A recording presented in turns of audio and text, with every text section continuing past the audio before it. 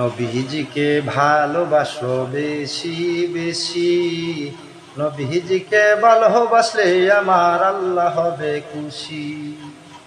নবীজিকে ভালোবাসো বেশি বেশি, তোমার ঈমান হবে কাটি। নবীজিকে মহব্বত করো বেশি বেশি, নবীজিকে মহব্বত করলে আল্লাহ হবে খুশি। নবীর প্রতি দুরূদ পড়ো বেশি বেশি, নবীর প্রতি কি দুরূদ পড়লে তোমার ঈমান হবে কাটি। নবীর প্রতি ভালোবাসা রাখো বেশি বেশি, নবীর প্রতি ভালোবাসা রাখলে আল্লাহ হবে খুশি। নবীর ভালোবাসা, নবীর প্রেম, নবীর আদর্শ, নবীর সুন্নত, এগুলি হলো সবচেয়ে বড় শক্তিশালী আমল।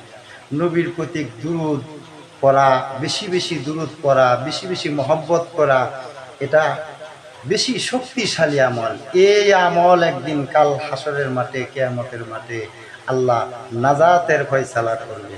আমরা সকলেই যেন নবীর প্রতি বেশি বেশি মহব্বত দেখাই, তাহলেই আল্লাহ খুশি। আর আমরা তো চাই যে আল্লাহকে খুশি করতে, আমরা তো এটাই চাই যে আল্লাহ খুশি হোক। আমাদের আশা আকাঙ্ক্ষা তো আল্লাহ খুশি করা। আল্লাহকে খুশি করতে হইলে নবীর প্রতি বেশি বেশি মহব্বত করতে হবে, বেশি বেশি দুরূদ পড়তে হবে, ঈমানও কাটি হবে। স্বয়ং আল্লাহ নবীর প্রতি ফেরেশতাদেরকে নিয়ে দুরূদ শরীফ পড়ে, আমরাও পড়ি। অসুবিধায় কি?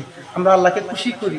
নবীর প্রতি প্রেম ভালোবাসা যত বেশি দেখাইতে পারবো, আল্লাহ আমাদের প্রতি তত বেশি খুশি হবে, বেশি রহমত বর্ষিত করবে। আসসালামু আলাইকুম ওয়া রাহমাতুল্লাহি ওয়া বারাকাতুহু।